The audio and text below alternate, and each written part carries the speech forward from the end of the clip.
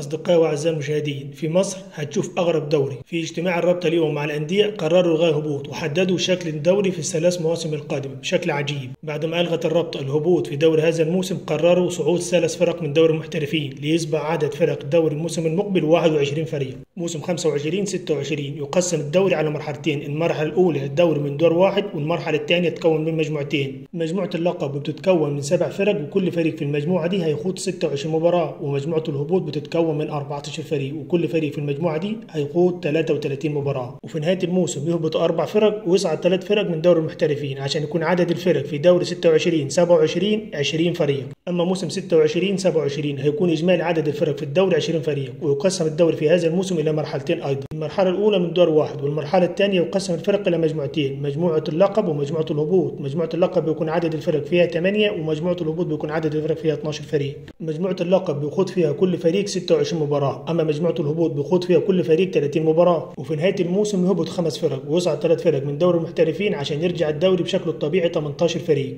أما موسم 27-28 بيعود الدوري شكله الطبيعي ويكون من 18 فريق، ويلعب بنظام الذهاب والإياب على دورين. ولو أول مرة تشوفنا ما تنساش تعمل اشتراك ولايك. دمتم في أمان الله وحفظه.